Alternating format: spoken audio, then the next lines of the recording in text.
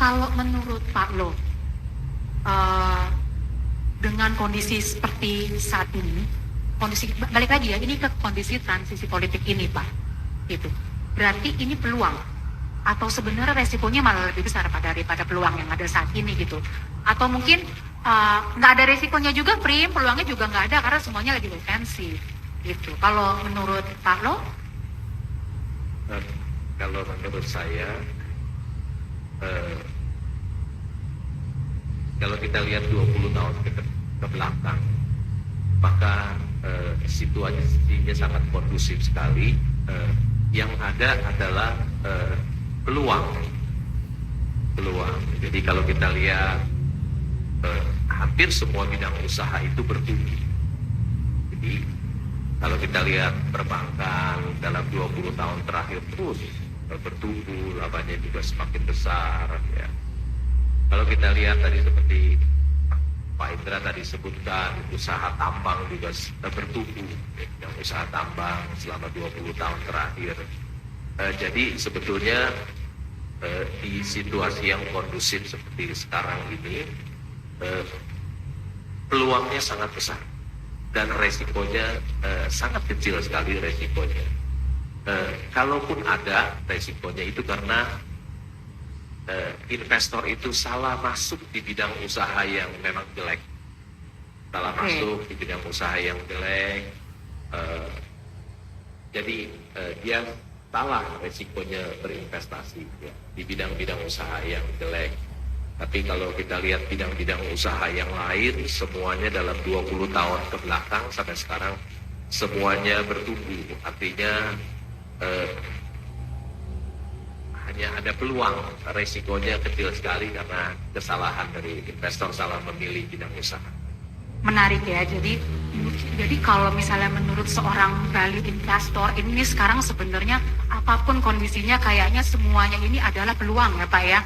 Tinggal jangan salah aja tuh pilih sektor-sektornya ya Pak ya. Nanti kita akan bahas sektor apa sih yang jelek ya kan, sektor apa sih yang bagus ya. Gitu. Nah sekarang menurut Pak Kiki, Pak, sebelum nanti kita bahas lagi mengenai sektor menurut Pak Kiki yang paling mendapatkan manfaat paling besar dari perubahan politik ini, itu sektor mana, dan yang paling banyak tantangannya itu sektor mana? Ya, jadi saya mungkin bicara tantangan dulu yang across sektor ya. Sure. Karena menurut saya spesifik sektor itu sebetulnya tergantung situasi investasinya ya. Tapi poin saya adalah yang paling penting investasinya masuk apa enggak. Nah, investasi itu tadi saya sudah disebut oleh Bapak-bapak bahwa yang paling penting itu adalah kepastian hukum. Jadi yang dilihat itu regulasi sebetulnya. Apakah regulasi itu mendorong marketnya bekerja? Gitu ya. Apakah marketnya bekerja? Nah, itu tergantung dari investasi atau regulasi yang terkait dengan investasi. Misalnya investment climate, ease of doing business, atau bagaimana dia kondusif, ya. Nah, kalau misalnya kalian bisa lihat itu teman-teman mahasiswa ini bisa lihat di governance index-nya World Bank. Itu kita semuanya oke ya, 5 indikator itu. Ada satu indikator jadi PR tuh. Namanya corruption. Kemudian kepastian berusaha, tax regulation. Itu dulu. Baru kita bisa lihat sektor-sektornya. Kalau sektor dari statistik industri nomor 1 Indonesia itu makanan dan minuman. Ya. Itu kan, food and beverage. Nomor 2, ini yang sekarang sedang turun, yaitu textile dan produk textile. Trennya sekarang sudah 2.000 ya yang di layoff. Nah, kalau kita bicara soal industri otomotif, kalau kita bicara detail di dalamnya, untuk sepeda motor, kemudian sepeda tanpa motor, itu oke. Tapi kalau untuk mesin kendaraan bermotor, itu belum, gitu kan? Nah, berarti yang belum di kita itu adalah sebetulnya masuk ke high-tech-nya. High-tech dari industri ini. Kalau kita lihat revolusi industri kan dia dimulainya dari transportasi, toh? Industri transportasi tahun 1770-an, industri mesin tahun 1880-an, dan industri ICT atau elektronik tahun 1990-an kan gitu kan. Nah, jadi proses ini semua tergantung dari hukumnya. Saya mau tambah satu lagi. Kalau Anda lihat halte ini, murid-murid saya masih tahu ya. Halte itu disusun, coba lihat. Hukum kan di depan. Lalu ada politik, karena hukum itu adalah produk politik. Politik jantungnya ekonomi. Setelah politik, fakultasnya ekonomi. Ekonomi bisa gerak itu dari teknik, engineering. Engineering dasarnya dari mana? Science itu MIPA. Jadi cara UI menyusun halte itu sama dengan cara negara untuk menyusun growth. Ya kan? Berapa naik halte Itu kan kalau dosen begitu ya. Saya tambah sedikit boleh? Oh boleh Bapak. Tambahin banyak juga boleh Pak. Kalau ekonomi mau bikin sesuatu, dia harus jadi kebijakan. Kebijakan itu di politik. Dia harus pinter bahasa. Makanya dari ekonomi sebelum politik itu ada FBP, Fakultas Ilmu Bahasa. Nah, politik mau mengeluarkan peraturan sebelum jadi hukum, dia harus perhatikan psikologis masyarakat. Jangan sampai viral. Ada fakultas psikologi antara fisip dengan hukum. Jadi itu ada patternnya ya Dan Pak. yang di tengah semua itu ada fakultas matematika dan ada fakultas komputer, ilmu komputer. Ya, fakultas ilmu komputer itu ada di tengah dengan gedungnya juga melingkar. Artinya apa? Dia dipakai oleh seluruh fakultas. Luar biasa. Dan jangan lupa satu lagi. Oh, satu lagi. Di sebelah hukum itu ada rumah ibadah. Nah, Jadi selain hukum benar. ada moral. Jadi beribadahlah ya sebelum nanti kalau enggak nanti korupsi. Jadi Karena itu yang jawabannya pertama. ada di susunan fakultas yang ada di UI. Mas, Luar biasa. Oke, itu luar biasa banget loh Pak. Tapi secara regulasi investasi menurut Bapak, dengan ada regulasi investasi kita saat ini, itu sudah baik atau belum, sudah mendukung atau belum nih? kalau bilang mendukungnya, saya sederhana aja. Kalau ICOR-nya masih antara 6 sampai 7, dia belum efisien. Tadi saya katakan, the best ICOR yang pernah kita capai, 4,5 tahun 8792. Waktu itu ada Kijang, kerjasama Indonesia-Jepang. Nah, itu mereformasi semuanya, sektor perbankan, anak-anak ekonomi. Coba lihat apa yang terjadi tahun 87 sampai 92. Itu di Indonesia itu banyak banget reformasi. Musik juga, tadinya impor dari Malaysia, lalu kita punya musik sendiri. Lihat grup-grup musik itu, modernisasi, apartemen, sektor keuangan, sektor perbankan, semuanya naik di tahun 8792. Kita nggak bisa bohong, that's the best period. Nah, kalau kita mau itu terjadi di Indonesia, berarti nomor satu adalah mitra. Tadi saya katakan, mitranya negara mana. Yang kedua adalah kepastian hukumnya. Gitu. Nah, berapa kita butuh investasi? Kita mesti turunin ICOR-nya. Kalau bisa ICOR-nya seperti tahun 8792, 4,5. Kalau kita punya 30%, kita dapat 7%. Oke, kalau kita mau tumbuh 8% berapa? Gampang, 8 kali 4,5, 35%. 35% itu berarti kita kurang berapa? Kita kurang 5%. Nah, kita kurang 5% gimana caranya? Ya, itu menambah FDI-nya untuk masuk ke Indonesia. Nah, tidak ada kata lain. Kualitas hukumnya, regulasinya, itu nomor satu. Makanya sama UI ditaruh fakultas hukum paling depan. Baik, menarik ya, menarik. Nah, kalau menurut Pak Volta, menurut Bapak gimana? Setuju Pak? Atau ada yang Bapak mau tambahkan? Menurut Bapak pribadi deh nih, sektor mana yang paling memberikan manfaat paling besar? Sebagai alumnus Universitas Padjadjaran, saya nggak bisa komentar. Tapi intinya ada beberapa hal yang saya setuju dengan Pak Diki, bahwa pada dasarnya kehidupan ekonomi itu nggak bisa berdiri sendiri. Itu akan saling kait-mengkait, dan terkait dengan kepastian itu juga satu hal yang menjadi penting, karena entrepreneurship itu adalah jantungnya ekonomi. Dan semua entrepreneur itu adalah pengambil resiko. Karena mereka ambil resiko, maka kita bantu supaya resikonya jadi rendah. Jangan lagi dibebanin. Nah, itu makanya kenapa saya setuju bahwa ini semua kait-mengkait, dan juga jiwa entrepreneurship ini perlu dipelihara. Bagaimana bisa terpelihara? Tentu, yang namanya entrepreneur itu juga saling bersaing. Maka perlu ada peradilan yang benar-benar adil. Maka kalau kita ingin menurunkan ICOR, berarti meningkatkan efisiensi. Jangan sampai terjadi kasus yang kemarin itu, ada maklar kasus sampai 900 miliar ngumpul di rumahnya gitu kan. Nah, ini yang menjadi penting. Jadi ini yang saya pikir perlu, dan saya pikir jantungnya dari aktivitas yang akan menentukan apakah kita optimis atau pesimis. Tapi kembali lagi, saya juga menaruh harapan bagi teman-teman semua yang generasi muda yang akan mewarisi ini sampai dengan 50 tahun ke depan. banyak hal yang perlu diperbaiki di negara ini. Tadi kita juga udah berkutat mengenai investasi. Saya sangat mendorong teman-teman untuk investasi, dan investasi Indonesia itu sebenarnya tergantung blendingnya, tergantung campurannya. Kenapa? Kalau kita optimis, ekonomi akan bertumbuh, ambil sektor yang sensitif terhadap tingkat bunga. Bunga turun, boom. Perbankan, Contoh, sektor keuangan. perbankan. Ya. Perbankan Indonesia adalah perbankan dengan return on asset tertinggi di seluruh Asia Pasifik. Itu makanya kenapa sangat diminati oleh investor asing. Bahwa perbankan, masyarakat Indonesia yang masih belum bankable itu masih banyak. Nah, itu jadi penting. Tapi tentu sambil perhatikan juga ya kepastian hukum, karena saya katakan tadi bahwa yang namanya sektor perbankan itu sangat sensitif terhadap kepastian hukum. Kalau misalnya memang ternyata nggak begitu bagus ya, atau mungkin ini kayaknya nggak begitu goyang, ada sektor-sektor yang sifatnya defensif. Yaitu akan sektor-sektor memanfaatkan jumlah manusia yang cukup besar, konsumsi yang cukup besar. Ada sektor yang terkait dengan pangan misalnya. Itu bulletproof lah. Ada sektor yang misalnya uniknya juga ya, defensif tapi tetap growth. Ini unik nih di berbagai negara. Jadi seperti sektor farmasi. Jadi uniknya begini.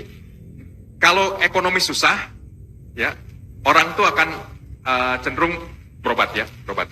Kadang-kadang dokter pun di bypass, langsung beli obatnya gitu. Nah, jadi ini gambaran bagaimana sektor Bayar kesehatan. dokter mahal soalnya. Nah, Pak. Itu mendingan dia. beli obatnya Nggak sekali. ngantrinya ya. Gitu. Jadi beli obat saya aja. sarankan teman-teman, jadi kalau tadi Pak Lo itu sampaikan ya, jangan sampai salah pilih nih. Itu yang saya sangat dorong kepada teman-teman sekalian untuk bisa baca laporan keuangan. Saya sedih karena beberapa bulan yang lalu dalam satu acara ada satu mahasiswa yang sangat antusias, kemudian Pak, saya investasi di perusahaan ini disebutkan. Kamu udah baca laporan keuangannya belum? Oh perlu ya Pak baca laporan keuangan? Saya surprise dengar itu. Sebentar saya lihat, kamu tahu nggak bahwa perusahaan yang kamu tadi bilang kamu optimis itu punya gross margin cuma 3%? Berarti kalau ada apa-apa, ini di lupa kantem nih. Revenue-nya lah atau ongkosnya ada kantem. Cari yang gross marginnya tinggi. Nah itu bagian Pak Lo ya. Cari yang gross marginnya tinggi, sektornya yang tinggi. Jadi apakah itu nggak ada di Indonesia? Ada. Tapi kuncinya gimana? Baca laporan keuangan. Bursa Efek Indonesia setiap kuartal itu manggilin semua emiten, pasang laporan keuangannya, ada ditaruh di website Bursa Efek Indonesia, tersedia gratis.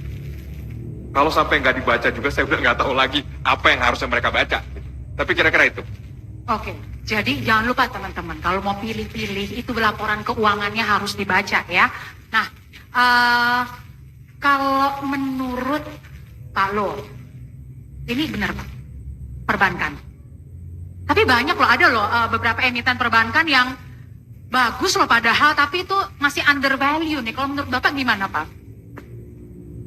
Udah mulai teknis kita masuk. Kalau bertanya ke sektor-sektor yang bagus kepada saya, Semua bagus kalau Bapak mah. siapa bilang? Oh iya, yang jelek aja tadi kita minta yang jelek yang mana Yang ya? jelek lebih banyak. Oh yang jelek lebih banyak. Oke baik, berarti yang bagus. Karena saya seorang investor saham. Ya, Pekerjaan saya sehari-hari adalah membeli saham perusahaan yang punya bisnis bagus.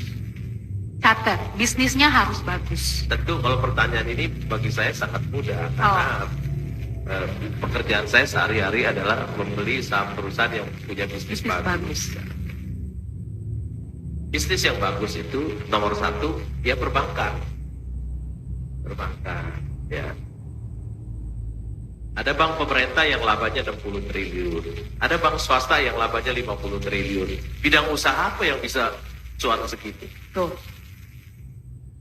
Bidang usaha apa yang bisa untung 50 triliun, 60 triliun? Nggak ada. Hanya perbankan. Yang undervalue kan? Yang under value buat saya.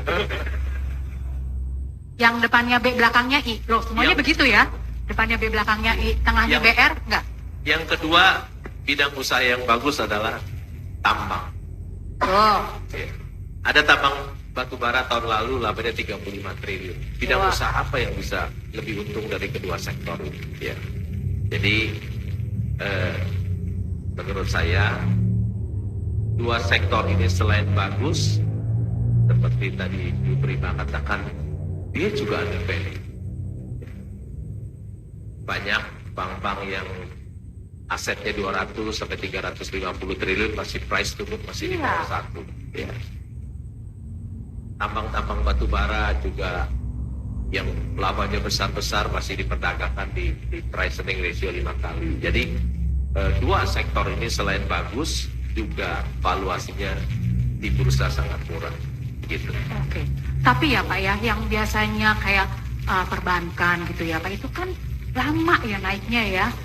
Kalau kita anak-anak muda nih, kita nih, kalau bapak-bapak kan udah itu kan, kalau aku ya, anak-anak sekarang itu kan maunya tuh yang cepet gitu, semuanya mesti instan gitu. Ya, ada nggak Pak kiat-kiat yang bisa disampaikan kepada teman-teman muda nih, para mahasiswa gitu ya?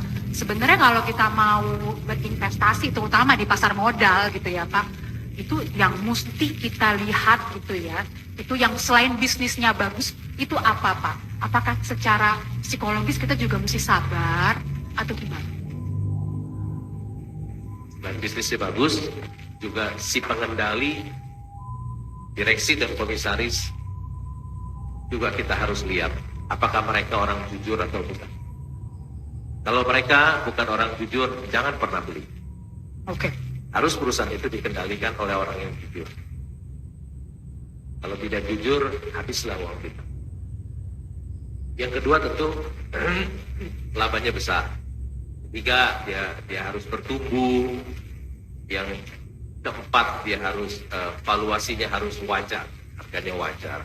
Syukur bisa dapat harga murah ya. Jadi kita harus punya prinsip, belilah perusahaan yang bagus itu di harga yang wajar, ya, bukan harga yang mahal. Ya. Harga yang wajar itu harga yang murah bukan Pak? Yang wajar, kalau murah murah ya.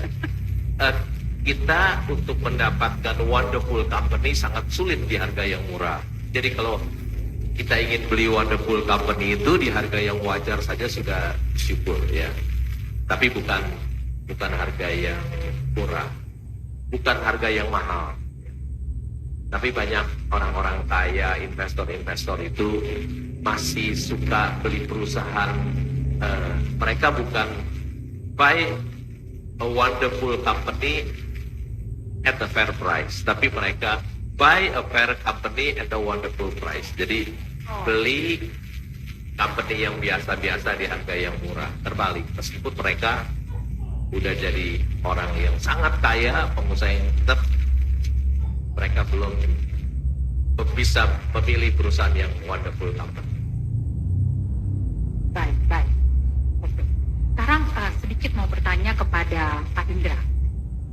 Pak Indra, menurut Pak Indra, baiknya investor itu bagaimana caranya supaya bisa melakukan pendekatan diversifikasi portfolio, gitu, dan bagaimana memilih perusahaan yang tepat. Tadi mungkin sudah disampaikan oleh Pak Lo. Mungkin Pak Indra punya pandangan yang lain mengenai bagaimana caranya kita bisa memilih perusahaan yang tepat dan bagaimana kita sebagai investor itu bisa melakukan diversifikasi portfolio. Ya, sebenarnya sudah dijawab dengan otoritas yang penuh oleh Pak Low. Sebagai orang yang sudah makan asam garam, yes, itulah jawabannya. Yeah. Bagaimana memilih perusahaan-perusahaan apa untuk kita berinvestasi. Tapi juga yang lebih menariknya yang disampaikan oleh Bang Mas sebelumnya, yaitu adalah ini teman-teman sering suka, anak-anak muda suka sering nggak sabaran atau apa. Itu begini kita ya. generasi instan Pak. Artinya uang, money is not mathematics. Uang itu bukan sebuah angka matematis. Uang itu sesuatu yang sangat emosional. Pak Lo, saya 20 kali transaksi, 3 kali rugi, 17 kali untung. Yang saya ingat yang 3-nya, Pak. Oke. Dendam banget. Rugi 3 kali itu. Saya untungnya 17 nggak saya ingat. Kalau saya terbalik Pak, 17 kali acak-acakan, 3 kali bagus, tapi untungnya 100%. Oh. ya Jadi, kan? Kalau salahnya Kan 3 anak muda sukanya begitu. harus bersyukur, Pak. Iya Pak, Itu harus luar biasa bersyukur, loh, Pak, tapi 20 saya nggak hari. ingat Pak. Yang saya ingat yang 3-nya Pak, itu dendam sekali. Ya, that show bahwa kalau uang itu sangat emosional, gitu. Jadi yang harus di manage oleh teman-teman ini adalah emosinya itu, Oke. gitu. Over time harus di manage sambil belajar sehingga sesabar Pak Lo, gitu, untuk bisa. Dan bursa adalah perangkat untuk memindahkan uang orang tidak sabar kepada orang Nah, lalu strateginya gimana? Saya cuma menambahkan aja dari strategi yang sudah disampaikan oleh Pak Lu adalah seringkali saya lihat pengalaman saya sendiri adalah orang tidak stick to the plan. Oke. Artinya begini, saya punya plan ketika berinvestasi 35% dividen, fokus dividen, 25%-nya capital gain, ya, sisanya terserah deh nanti gitu. Nah, ketika ada sesuatu peristiwa, saya robah itu langsung. Saya nggak stick to that plan, gitu. Tanpa tahu bahwa ketika saya merubah itu adalah dalam biasanya dalam suasana jelek, krisis, indeks turun, atau apa, panik saya. Tanpa tahu bahwa setelah setiap masa buruk itu pasti akan ada masa baik. Setiap ada masa baik itu pasti ada masa buruk. Itu yang saya lihat. Gitu. Jadi orang tidak stick to the plan, merubah-rubah, panik, tidak sabar, sehingga planning yang sudah betul-betul dijalankan itu jadi kocar-kacir. Gitu. Jadi dipindahkan itu asetnya seperti Pak Lo bilang, dari yang tidak sabar ke yang sabar, yang bisa melihat over time, dia stick to the plan, bahwa dia sudah ngincer, dia sudah tahu gitu bahwa ini secara dividen akan baik sekali, tapi dia tidak stick kepada plannya. Kira-kira seperti itu sih. Okay. Itu lebih pengalaman pribadi sih. Oh, lebih ke pengalaman pribadi. Tapi biasanya kalau misalnya kaum muda nih, anak-anak mahasiswa sekarang gitu ya Pak ya, kita bukannya nggak mau stick to the plan, tapi kan kita orangnya emang tadi Bapak bilang, kita kan nggak sabaran gitu. Nah, Pak Kiki, apakah ini sebenarnya ya, ini kenapa kalau kita lihat semenarik itu gitu untuk berinvestasi gitu ya Pak ya, ternyata semuanya ini sudah agree bahwa kondisi saat ini walaupun ada transisi politik gitu ya, tetap merupakan kondisi yang kondusif untuk berinvestasi. Tapi kenapa Pak, investor Indonesia itu walaupun naik tapi itu masih sedikit? Ya, kalau kita bicara investasi, saya lebih senang bicara FDI ya, foreign direct investment atau investasi jangka panjang, karena turunan dari itu nanti baru ke sektor keuangan ini ya, karena dia disebut derivatif. Jadi saya tuh membayangkan Indonesia itu bisa dapat at least 40% dari GDP-nya. Tadi Pak Poltak ya minggu itu 10% on top dari 30%. Kalau mau ekstrim, ada satu angka yang menyebutkan kita butuh 56% dari 22.000. Which is itu adalah kurang lebih 11.000 sampai 11.000 lah. 11.000 triliun dari kapasitas 6.600. Ini kita bicara 5.000 triliun per year. Kita bicara 5.000 triliun per annum.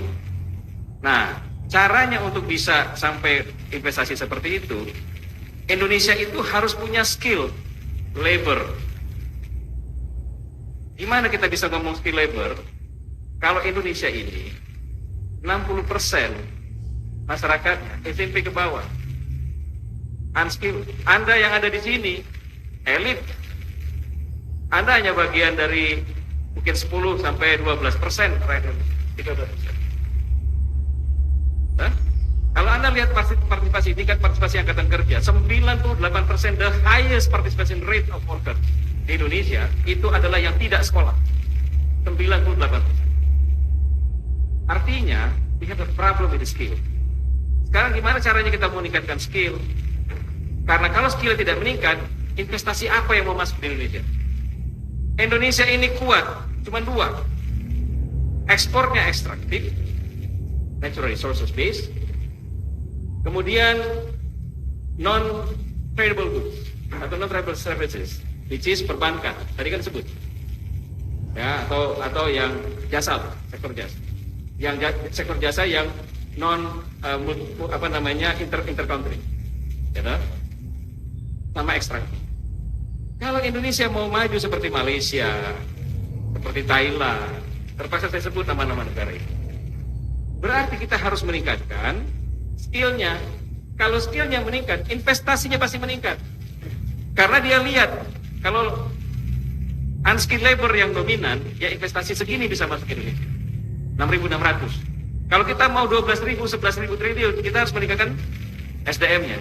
Dari mana SDM itu ditingkatkan? Dari ujungnya. Makanya setiap negara itu dilihat kemajuannya dua indikatornya. Berapa innovation per GDP dan berapa R&D per GDP. Dan investasi itu masuk melalui 3 lapisan. Lapisan pertama investasi masuk, lapisan kedua involvement, lapisan ketiga innovation. Makin dalam inovasi jawabannya. Balik lagi, halte mana yang paling ujung kalau Anda naik dari depan? Halte MIPA, tak? Makanya disebutnya basic science. Saya membayangkan Indonesia itu investasi yang masuk adalah investasi yang menyasar basic science. Kalau basic science-nya bagus, investasinya pasti besar. R&D-nya pasti besar, itu investasi mahal. Nah, Indonesia mesti meningkatkan. Nanti kalau itu sudah ada, ya, kita tidak lagi ekstraktif tapi mengekspor intermediate goods, misalnya dari nikel, ferronikel, hidrometalurgi, pyrometalurgi, stainless steel 1, stainless steel 2. Sudah sampai ke level itu, tidak usah dibicarakan, investasi masuk besar. Kalau investasi masuk besar, financial sector pasti dalam, ya Pak Bolton? Pasti dalam, karena perbankannya akan lebih dalam lagi. Karena networknya, Anda bayangkan kalau kita menghasilkan semiconductor atau integrated circuit, itu kan mahal sekali tuh. Ya, Anda bandingkan berapa harga chip keripik kentang, bandingkan dengan harga chip yang dibikin oleh Taiwan. Taiwan itu seluruh industrinya small medium enterprises, tapi dia punya value added yang besar, ya kan? Dan mereka bikin chip, kita bikin chips. Kan balik lagi Pak, natural resources Yes. kita tinggi Pak. Makanya, Iya. tapi tanpa sumber daya manusia, bagaimana mungkin? Nah itu dia Pak, investasi, gimana caranya investasi bisa masuk ke kita. Kalau tadi Bapak juga sudah sampaikan bahwa skillnya kita tuh yang kurang, gitu Ya. Pak. Balik lagi, depannya diperbaiki. Apa depannya? Apa tuh Pak? Hukum, Oh, kepastian hukum, kepastian berusaha, investasi masuk. Kasih nyaman, ya kan? Kasih nyaman, baru kemudian berdemonstrasi meningkat. Saya mau kasih satu filosofi dasar. Seluruh mahasiswa ini pasti tahu. Buku ekonomi modern pertama ditulis sama Adam Smith. Apa yang dibilang oleh Adam Smith? Bahwa market mechanism itu digerakkan oleh an invisible hand. Dan itu bukan buku pertama Adam Smith. Buku pertama Adam Smith itu adalah The Theory of Moral Sentiment. Jadi tadi kan berkali-kali nih Pak Hong juga, Pak Lo bisa juga bilang tadi kan, cari bisnis yang orangnya bisa kita percaya. betul. Ya kan? What that means? That means moral. The theory of moral sentiment. Moral nomor 1. Moral itu melekat pada market. Karena market, kalau nggak ada moral, hancur kan? Betul Pak? Betul. Nah, market itu digerakkan oleh siapa? An invisible hand. Tidak ada satupun manusia di sini yang menggerakkan market. Market digerakkan oleh an invisible hand. Sama seperti bumi berputar dan matahari berputar. Gak ada urusan sama napasmu. Kamu nggak bernapas, bumi tetap berputar. Siapa yang mengendalikan market itu? Itu invisible hand. Dan pendekatannya adalah you pahami market, you pahami moral. Tidak bisa dipisahkan antara market dan moral. Kalau balik lagi pertanyaannya, hukum yang bermoral. That's it. Easy to say, but it's very hard to do. Anda renungkan aja. Ya, betul. Ya kan? Karena kita juga PR banget gitu untuk membaca moralnya seorang direktur sebuah perusahaan gitu ya. 5 tahun yang lalu dia baik, sekarang enggak, kan kita juga nggak tahu ya Pak ya. Nah, oke. Oke, sebelum terakhir nanti saya akan ke Pak Lo, saya mau tanya juga nih ke Pak Poltak nih. Bagaimana sih Pak sebaiknya investor melakukan diversifikasi portfolio, memilih perusahaan yang tepat untuk investasi di tahun depan deh Pak, gimana Pak? Oke, ini sebenarnya rekomendasi secara umum. Jadi kalau investasi itu selalu melihat dari big picture ke spesifik. Iya. Kita akan lihat ekonomi secara umum mana sektor yang paling berkembang. Nah, dari sektor tersebut, apa yang Indonesia punya advantage-nya itu kuat. Nah itu. Dari sektor tersebut, kita perhatikan mana yang go public. Kalau nggak go public juga nggak bisa ngapa-ngapain juga kan kita. Nah, lihat dari mana yang go public. Kalau dari yang go public tersebut ternyata menerbitkan saham, berarti kita perlu masuk dalam radar kita. Kalau ternyata menerbitkan obligasi, ya mungkin kita juga bisa pertimbangkan. Kita investasinya secara nggak langsung lewat reksadana misalnya kan. Nah, Ya. dari situ kita mulai milih lagi championnya, juara-juaranya siapa. Jadi sifatnya seperti itu. Jadi pertama, diversifikasi itu mulai sektoral. Nah, Diversifikasi sektoral. sektoral dulu ya. Oke. Nah, kemudian habis itu perusahaannya atau korporasinya. Nah, di situ kita harus melihat dulu mana yang jadi juara. Mungkin yang jadi juara pun nggak selamanya jadi juara, karena yang bisa selalu ada persaingan. Nah, itu juga kita perlu hati-hati. Itu makanya kenapa saya tekankan dari tadi yang pertama, baca laporan keuangan. Bisa baca laporan keuangan itu adalah sesuatu yang sangat berharga, dan saya adalah buktinya. Kenapa? Saya saat ini bekerja di Bursa Efek Indonesia sudah 14 tahun. Apa yang membuat saya jadi tertarik untuk masuk kerja di Bursa Efek Indonesia? Karena saya sudah baca laporan keuangannya. Bursa Efek Indonesia, bisa dicek laporan keuangannya, adalah perusahaan yang punya cash, setara cash, yang bisa beroperasi selama 48 bulan, walaupun pengeluarannya walaupun pendapatan 0. Napasnya panjang banget. Kalau kita bekerja di perusahaan seperti itu, maka kita tahu, kalau kita bekerja dengan baik, maka kita akan, ini perusahaan masih jalan terus. Jadi ini satu hal praktis. Jadi sama seperti itu juga teman-teman juga sekalian. Cek laporan keuangannya. Oh ini perusahaan publik. Cek laporan keuangannya kalau kita akan berinvestasi. Oh ini bukan perusahaan publik. Suatu saat kalau Anda akan melamar pekerjaan, lihat laporan keuangannya. Kenapa? Jangan sampai Anda habis-habisan ternyata perusahaannya juga keuangannya nggak bisa sustain. Suatu saat Anda kena PHK juga atau karir Anda nggak naik-naik. Jadi diversifikasi bukan cuma masalah top bottom tadi, tapi kita perlu skill yang sangat berguna berdasarkan umur saya yang udah lewat 50 ini adalah kemampuan untuk baca laporan keuangan, karena hanya dengan kemampuan baca laporan keuangan kita bisa melihat siapa manajemen yang amanah nih menjalankan tugasnya, Yang moralnya baik. moralnya bagus, nah, dan berprestasi. Oke. Nah, karena kalau mereka ternyata nggak perform atau memalsukan laporan keuangan, konsekuensinya hukum. Mereka melakukan penipuan publik. Tapi kembali lagi, baca laporan keuangannya, itu yang kita bisa lakukan, dan itu yang saya bisa titipkan kepada teman-teman sekalian. Ini penting bagi investasi kita secara keuangan, tapi juga penting bagi investasi masa depan kita. Jadi itu satu skill yang perlu pelihara, dan ini akan memberikan hasil terus-menerus, apakah itu dalam manajemen portofolio kita ataupun dalam kehidupan kita. Itu aja. Baik, terima kasih Pak Poltak. Nah sekarang ini nih yang paling pamungkas nih.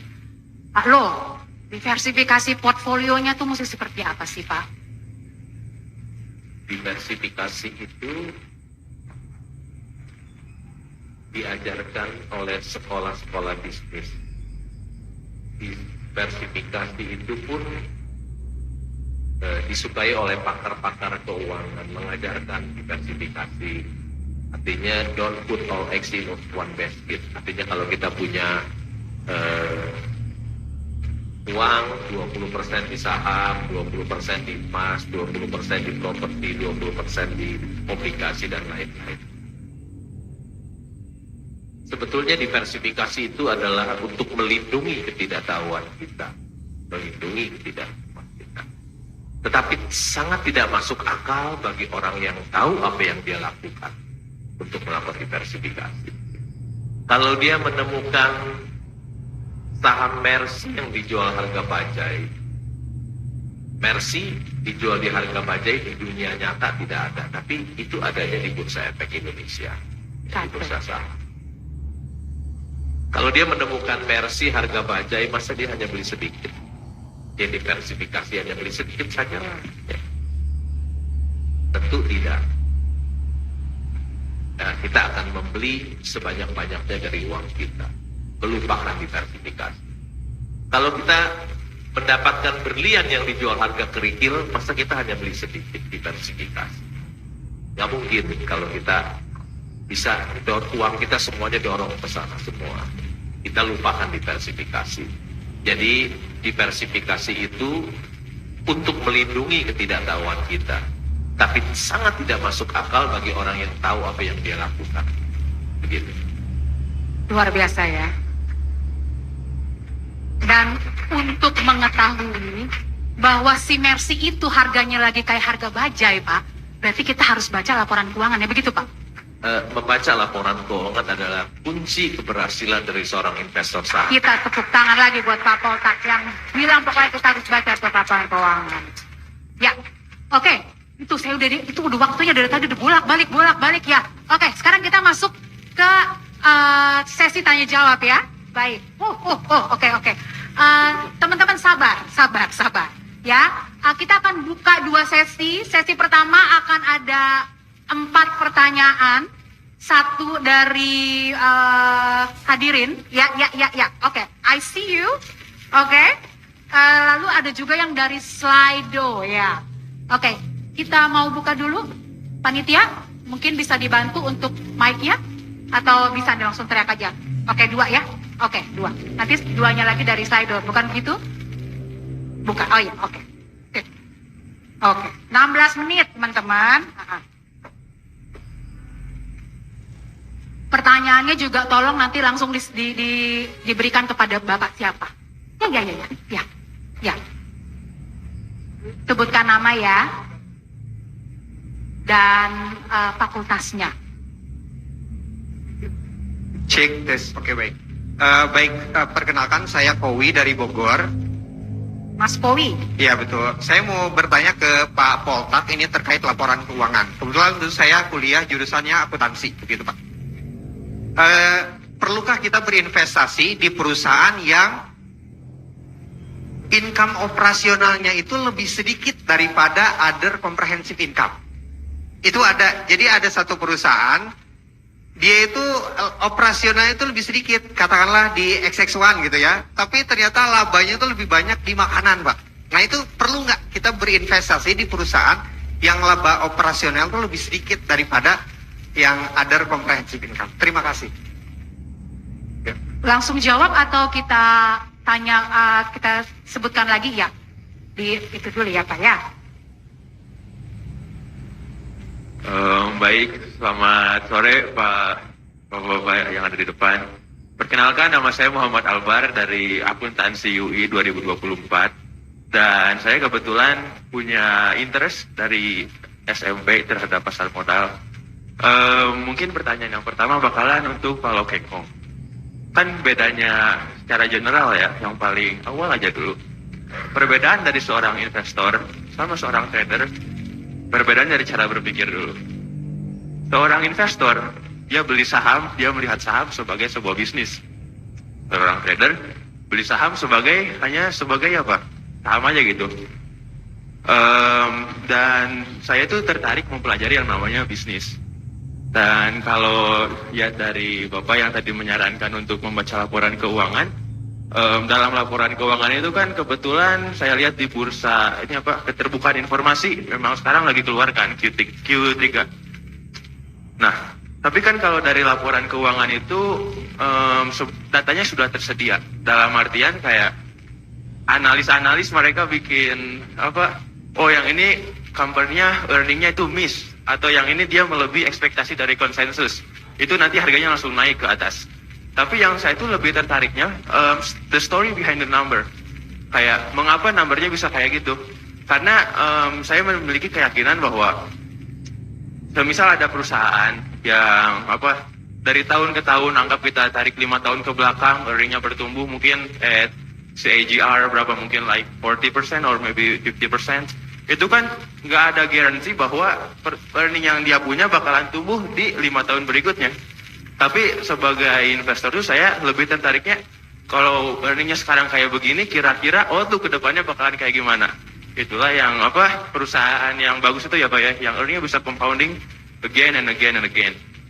Nah pertanyaannya adalah, bagaimana untuk seorang investor dengan research yang ya mungkin kayak 2-3 digit doang portofolionya, bagaimana kita bisa memaksimalkan research yang kita miliki dari sumbernya itu dari publik, karena of course kita kayaknya ketemu manajemen cuma bisa di annual meeting gitu, atau mungkin kenalan sama menteri juga nggak punya, mungkin ya kayak dari paling dari laporan keuangan, annual report, industry report, atau yang kayak outlook gitu.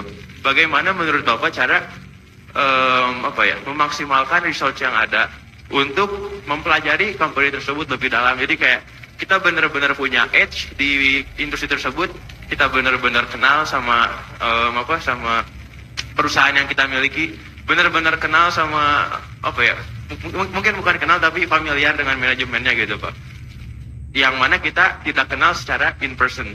Nah itu yang pertama Bapak ya. Satu lagi buat Pak ini tentang yang ini Pak. Buat Pak siapa satu lagi? Pak Kiki. Pak dosen. Pak dosen. Oke, Pak dosen. Pak Kiki. Tentang ini Demokrat sama Republik kan. Nah tadi itu kan katanya yang Demokrat itu kalau menang ada inovasi teknologi, contohnya kayak di Taiwan atau kayak di Jepang kayak gitu. Nah sekarang tuh yang kontroversi yang Kamala Harris itu kan dia, yang saya baca di berita tuh either yang price gouging yang dari sayur-sayuran, sama yang menurut saya paling penting tuh yang tax on unrealized capital gain. Nah itu kan mungkin dampaknya mungkin sebagai seorang investor kan kita bisa saja nge-hold saham tuh bukan cuman kayak 6 bulan, tapi bisa juga kayak sampai puluhan tahun kan. Nah kalau sebelum kita udah jual sahamnya, tapi profit yang kita punya udah di tax, bagaimana menurut Bapak dampaknya terhadap S&P ini? Sedangkan kalau tadi saya lihat dari data, untuk 5 tahun terakhir S&P ini dia udah perform salah satu best performer di angka 93% kalau tidak salah, dibandingin sama IHSG itu kalau tidak salah tadi di 23% dalam 5 tahun terakhir. Itu saja. Terima kasih. Oke. Jadi sorry, bisa diulang pertanyaan yang ke Pak Kiki? Jadi bagaimana S&P? Dampak sekiranya regulasi yang taxation on unrealized capital gain terhadap S&P, Pak. Oke, bagaimana dampak taxation terhadap unrealized capital gain terhadap S&P? Oke.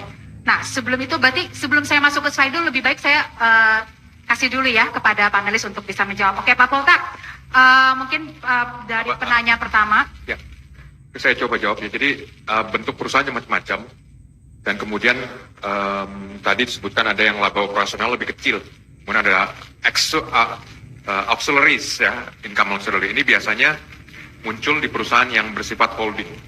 Jadi dia punya anak perusahaan, kemudian jadi konsol ke depannya. Apakah itu bagus? Bisa bagus ya, maksudnya contoh yang ekstrim misalnya seperti Astra International. Itu pada sana ada perusahaan holding. Ada banyak anak perusahaan yang memang bergerak di bidang strategis.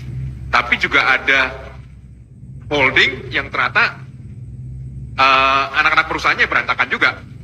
Nah, jadi harus lebih teliti. Konsekuensi dari auxiliaries tadi, pendapatan auxiliaries tadi, kalau dia bergantung hanya pada satu segmen, itu kan bisa berbahaya karena bukan cuma investor, bisnis pun perlu melakukan manajemen risiko dan juga melakukan diversifikasi. Jadi saya tetap pada yang saya sebutkan tadi, kita perhatikan baca laporan keuangannya. Mungkin satu hal juga dokumen yang perlu kita baca itu adalah annual report. Karena annual report atau laporan tahunan itu menjabarkan semua aktivitas perusahaan tersebut termasuk dari level anak perusahaannya. Nah, jadi ini ada gambar sekitar hampir 25 tahun yang lalu, ya. Ya emang saya setua itu ya. Jadi ada investor yang cerita ke saya, Pak, ini perusahaan X ini ternyata punya anak perusahaan tambang batu bara. Masa sih? Dia pikir, oh iya, waktu saya belum berusaha di Bursa Efek Indonesia. Kalau kita cuma sepintas baca laporan keuangannya itu nggak akan kelihatan. Tapi ketika kita baca annual report, kelihatan. Ya. Jadi, baca laporan keuangan itu is a must, tapi yang namanya baca annual report akan bisa memberikan kita gambaran mengenai bisnis perusahaan tersebut, prospeknya, risikonya, dan lain-lain. Kira-kira itu. Jadi saya agnostik ya terhadap ini perusahaan bagus apa enggak, tergantung dari absolute risk-nya tadi, pendapatan lainnya itu datang dari mana dan strukturnya seperti apa. Itu aja. Oke, baik. Terjawab ya? Terjawab, baik. Kita lanjutkan ke penanya kedua kepada Pak Lo. Bagaimana untuk investor memaksimalkan resources yang dimiliki? Yang menurut penanya kedua, resources terbatas, Pak. Tapi pengen banget untuk mempelajari company-nya. Supaya sampai dalam-dalamnya kulit-kulitnya tuh bisa dapat tuh gimana?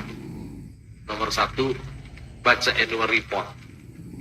Dibilangin, bandel sih. Baca udah. Mau mengenal Iya kan? company sedalam-dalamnya, baca annual report. Nah, tuh.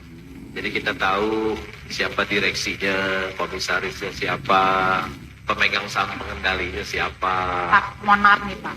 Mungkin pertanyaannya dia, bagaimana bisa tahu bahwa direksinya itu baik Pak, yang seperti Bapak bilang, nggak korup. Karena kan kalau baru-baru kan selalu baik Pak. Pertanyaannya bukan itu. Kalau gitu yang paling gampang kalau pertanyaannya seperti itu, kita masukin aja namanya di Google nanti muncul semuanya. Oke. Tapi sepertinya pertanyaannya bukan. Oke, ya lanjutin. Ingin tahu sangat dalam ya baca annual report. Jadi tahu bidang usahanya apa. Plus semua anak perusahaannya mungkin ada 20, 50 anak perusahaannya dibaca ya. Laporan keuangannya dilihat, jadi tahu penjualannya berapa, labanya berapa, modalnya berapa, hutangnya berapa, uang yang dikas berapa, semuanya kondisi keuangannya. Price earning ratio-nya berapa, price to book-nya berapa. Kalau mau lebih mengenal lagi, hadir di public expose, jadi bisa kenal dengan direksi dan komisaris, bisa bertanya kepada mereka sehingga bisa tahu betul tentang perusahaan itu.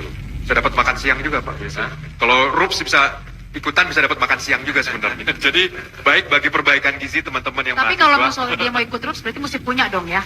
Mesti punya saham ya Pak? Satu lot aja cukup. Oh, satu lot aja cukup. Tapi suka kadang-kadang nggak dibuka Pak, ya kan? Kita disuruh bikin surat. Kalau punya satu lot, cuan. Kalau RUPS-nya di hotel bintang 5, maka di bintang 5 aja berapa ya? Hanya spesialis begitu ya, saya lihat. Jangan ikut spesialis itu please. Jangan. Beli satu lot, ada RUPS di bintang 5, dia hadir, dia makan, itu udah cuan. Beggar itu. Belum lagi dapat banyak itu ya, banyak souvenir. Nah, iya nyari souvenirnya ya Pak ya. Aduh, itu luar biasa. Oke, selanjutnya pertanyaan dari penanya kedua ke Pak Kiki. Ya, terima kasih pertanyaannya. Ini mengingatkan saya pada debat presiden ya, terlalu banyak istilah. Yang Anda maksud S&P itu Standard & Poor atau Special Mission Vehicle atau apa itu? Hah? Oh, Standard & Poor ya. Oke. Standard & Poor itu kalau di Indonesia untuk investasi dia itu kan punya PMI, Purchasing Management Index. Nah, PMI ini kalau Anda lihat dari bulan April trennya turun ya. Sampai bulan Mei dia masih ekspansi, setelah Juni itu dia kontraksi. Kontraksi itu kalau dia di bawah 50. Jadi sekarang itu sudah 48 point something lah, turun sekitar 6 poin. Ya toh? Nah, kalau ngelihat PMI S&P jangan stand alone. Harus dilihat juga CCI, Consumer Confidence Index, yang dikeluarkan atas kerjasama dengan Bank Indonesia. Nah itu dari bulan Mei juga turun 4 poin dari 127 ke 128 sekarang. Apa sebetulnya yang terjadi di Indonesia? Saya menduga, ya kalau ekonomi itu kan boleh berbeda pendapat ya. Saya menduga memang ada pelemahan di dalam ekonomi Indonesia. Tapi jangan lupa, pelemahan ini dari sisi aggregate demand. Kalau mau konfirmasi lagi datanya dengan data kenaikan harga, namanya inflasi, CPI. CPI ini ada dua, ada month to month, ada year on year. Kalau year on year, Indonesia masih inflasi di atas 2%, mungkin 2,13.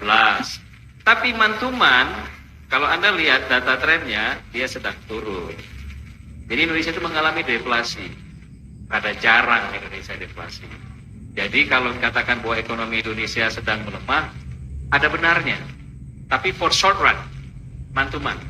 Cuman kalau dilihat data PMI dan data CCI, ya turun juga. Nah, gimana caranya mendorong ini?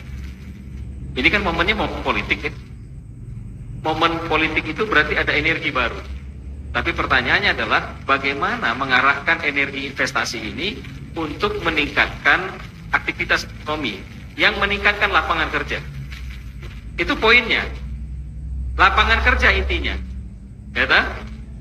Kalau di Amerika Anda tahu ada orang seperti Elon Musk. Ya tak? Ada orang seperti Jeff Bezos. Ada orang yang punya kapital luar biasa, tapi di Amerika pengangguran juga besar. Karena mereka nggak bisa kerja di perusahaan Elon Musk itu. Dia butuh high skill level, productivity. Nggak semua orang. Maka pertanyaannya adalah, Indonesia seperti apa? Nah, Indonesia ini nomor satu, yang penting kerja dulu. Kan gitu kan? Kalau kita lihat labor, unemployment rate di Indonesia itu less than around 5%, tapi 5% kecil ya, dari 7 juta orang gitu. Masalahnya yang paling banyak menganggur di Indonesia, Anda tahu nggak siapa? Hampir 50%, 40% lebih di Indonesia yang menganggur itu lulusan SLTA dan SLTA teknis atau SMK. Jadi Anda ini jangan sampai nggak lulus ya. Kalau Anda nggak lulus, kemungkinan Anda nganggur lebih besar daripada Anda nggak sekolah sama sekali. Karena pekerjaan yang tersedia adalah yang tidak membutuhkan sekolah, tidak butuh ijazah. Nah, maksud saya gimana apa hubungan tadi dengan Amerika Serikat ya, untuk menaikkan investasi? Ya balik lagi lah. Kita itu nomor satu menurut saya harus meningkatkan skill. Pertanyaan saya ini Anda renungkan sampai pulang ke rumah ya. Anda renungkan. Ada nggak negara di dunia ini yang maju SDM-nya jelek? Satu. Dua. Ada nggak negara yang SDM-nya bagus, institusinya jelek? Oke? Kalau Anda bisa jawab dua pertanyaan itu yang dibutuhkan Indonesia. Terima kasih. Luar biasa. Ya. Jangan aja catat, direnungkan ya. Oke, kita akan beranjak ke Slido. Ada pertanyaan untuk Pak Indra terkait penanaman modal asing. Bagaimana rencana pemerintah dalam hilirisasi di masa mendatang dan bagaimana komitmen pemerintah untuk proses yang ada. Oke, itu satu. Tahan dulu. Nah, ini nih kayaknya nih, sebentar, tadi mana tuh? Oh, hilang. Ya, ini aja deh. Untuk Pak Kiki lagi deh nih Pak. Nih soalnya kayaknya banyak mahasiswanya nih. Pak Kiki izin bertanya soal regulasi di bursa yang menimbulkan pro dan kontra. Ini kayaknya ya, Pak Poltak. Makanya, kayaknya ini juga Pak Poltak. Sama tadi ada pertanyaan katanya Indonesia bursa kita Pak ikutin kata 22 jam Pak katanya tuh. Ya kan? Tadi juga ada tuh ya. Soal regulasi di bursa yang menimbulkan pro dan kontra seperti short selling gitu. Bagaimana sih Pak menurut pandangan Pak Poltak gitu ya? Mungkin Pak Indra? Ya, bagaimana komitmen pemerintah yang sekarang, khususnya terkait dengan isu hilirisasi? Jawabannya adalah sangat kuat. Kenapa? Satu, dari sejak kampanye, temanya Prabowo adalah keberlanjutan. Bukan perubahan kan, keberlanjutan. Jadi dia akan melanjutkan terus. Lalu Kementerian Investasi sekarang namanya dirubah menjadi Kementerian Investasi dan Hilirisasi. Jadi makin jelas komitmennya. Gitu. Jadi terus apakah akan berkutat di sektor-sektor tertentu? Ya. Yang pertama adalah sektor nikel, yang kedua adalah non metal. Yang non metal itu akan fokus di kelapa sawit, pulp and paper, dan juga perikanan, dan juga termasuk rumput laut. Jadi itu adalah sektor-sektor yang akan didorong terus ke depan dengan dana yang sangat besar. Nikel bagaimana? Akan teruskah?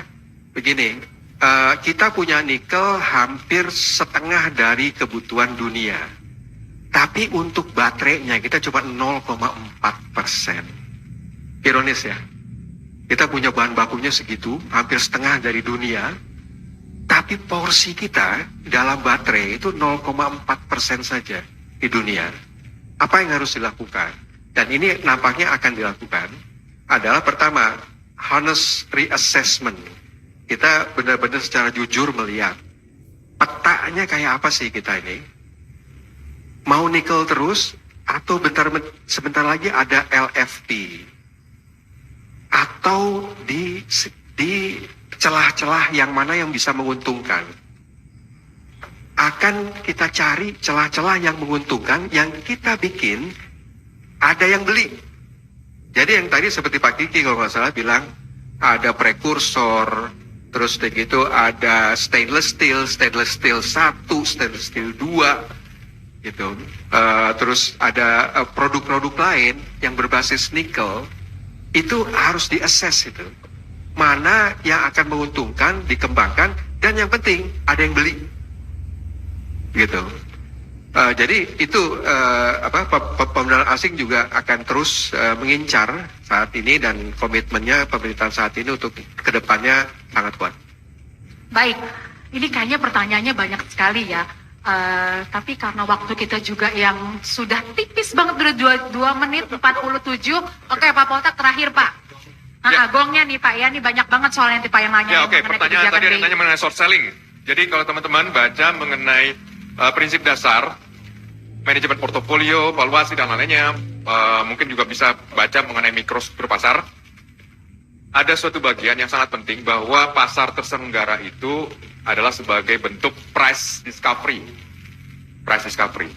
Nah, sama dengan itu, price discovery itu akan memberi ada suatu mekanisme yang membuat bahwa perusahaan bagus akan harganya bagus, perusahaan jelek akan harganya jelek. Kenapa short selling menjadi penting? Karena ini bagian dari price discovery.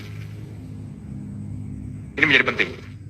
Nah, kalau teman-teman baca paper-paper yang terkait dengan pemenang hadiah Nobel, itu semuanya, Bob Dylan, Miller, dan lain-lainnya, semuanya akan punya asumsi short selling enabled.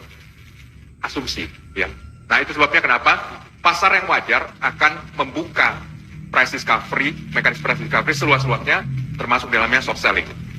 Amerika saat ini S&P 500 memecahkan rekor. Apa di sana nggak ada short selling? Ada.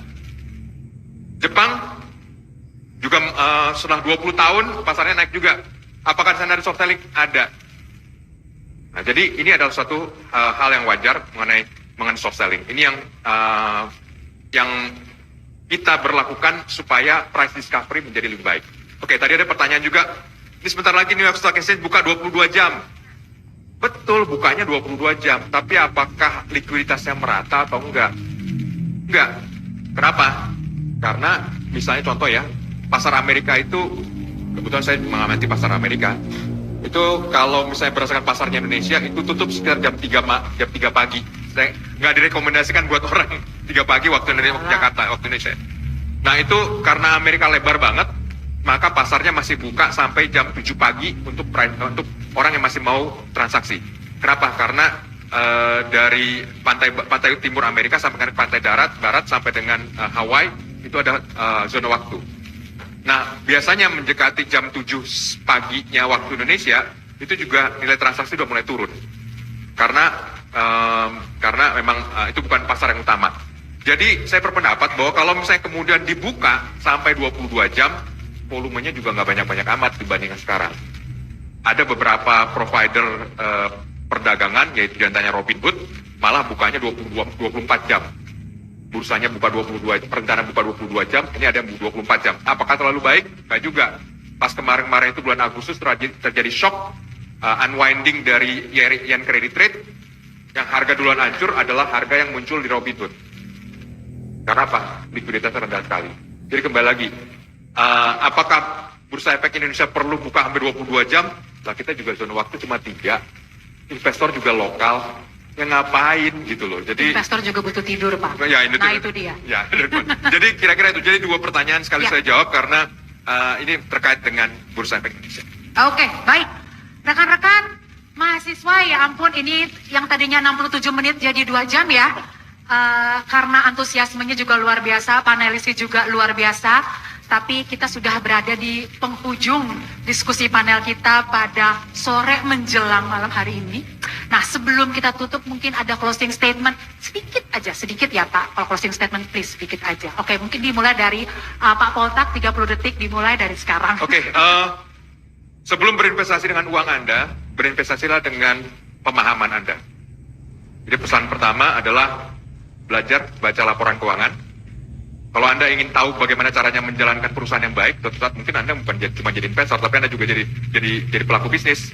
Baca selain laporan keuangan, baca juga annual report. Itu adalah contoh perusahaan-perusahaan di Indonesia yang juara-juaranya yang menjadi terbaik, mendapat kepercayaan dan menjadi besar. Kira-kira itu. Ya, investasi di pemahaman. Tepuk tangan dulu dong untuk Pak Poltak. Baik, dari akademisi kita, Pak Kiki. Ya, saya ini orang makro ya, jadi jangan ditanya soal investasi. Istri saya nanya ke saya aja, saya kasih jawaban sudah salah. Jadi poinnya kalau saya nomor 1 adalah kita ini negara yang masih dalam level middle, masih 4.000 US dollar per kapita. Kalau Anda mau pasar uangnya dalam, Anda mau bertransaksi cuannya banyak, didalamin dulu tuh investasinya. Nah, gimana caranya? Dia at least harus menambah dalam 1,5 kali. Jadi kalau 30% 6.600 triliun, bayangan saya Indonesia itu bisa di level 9.000 triliun. Tapi nomor 1 yang harus diperbaiki adalah kepastian hukumnya dan pemahamannya soal market. Bagaimana mekanisme market itu, supaya tidak membuat peraturan yang nabrak atau kontraproduktif terhadap market. Itu nomor 1. Kalau dari sisi pemerintah, ya, nomor 1 itu fiskalnya jangan lebih dari 3% GDP. Itu standar internasional, Stability and Growth Pact Maastricht Criteria. Public debt-nya itu 60% GDP. Itu aja dulu dipenuhi.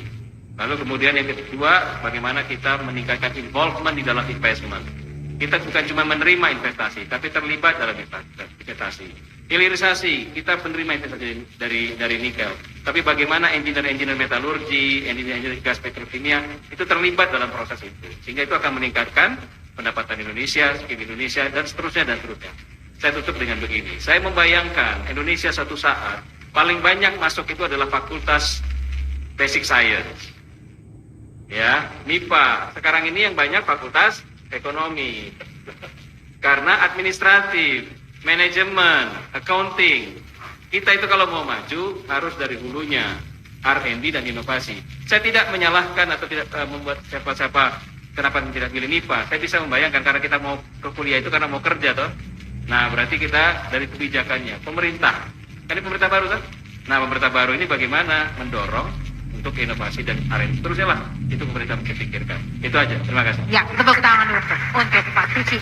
Nah, dari sisi regulator, silakan Pak Indra. Ya, satu saran saja untuk teman-teman, baca majalah The Economist tiap minggu. Itu aja, kalau bisa tiap hari. Banyak gratisannya kok. Majalah itu dibaca oleh hampir semua pimpinan negara dan pimpinan perusahaan di dunia. Jadi apa yang dia baca dengan apa yang Anda baca itu sama. Cobain. Makasih. Baca, oke? Nah, ini dia. Terakhir dari Pak Lo, silakan Pak Lo. Selesaikanlah studimu Ah, dengan belajar setiap hari oke. agar itu bisa menjadi satu kebanggaan buat dirimu, buat orang tuamu, dan juga engkau bisa setelah selesai bisa bekerja di perusahaan yang besar. Sementara mahasiswa mungkin belum punya uang, bisa cari uang dengan memberikan les kepada anak SMA atau SMP, anak SD, atau jual online dan lain-lain yang halal, cari uang sebanyak-banyaknya, hidup hemat dan sederhana sehingga ada sisa uang banyak, sehingga dan diinvestasikan di Bursa Efek Indonesia, maka Anda bisa jadi orang yang sangat kaya. Begitu. Iya. Jadi teman-teman, bukan masalah berapa banyak uang yang kita miliki, tapi bagaimana kita mengelolanya. Punya uang disisihkan, jangan disisain. Ya, jangan cuma ditabung, tapi juga harus diinvestasikan. Jadi harus mulai dari saat ini. Dan untuk masa politik kita yang sedang transisi, Bapak-bapak tadi sudah mengatakan bahwa semuanya kondusif, semuanya optimis. Jadi kalau Bapak-bapak kita ini optimis, berarti kita semua juga optimis. Oke? Oke, kalau begitu mungkin kita sudahi ya diskusi panel kita sore hari ini. Terima kasih, saya Prima. Sampai jumpa.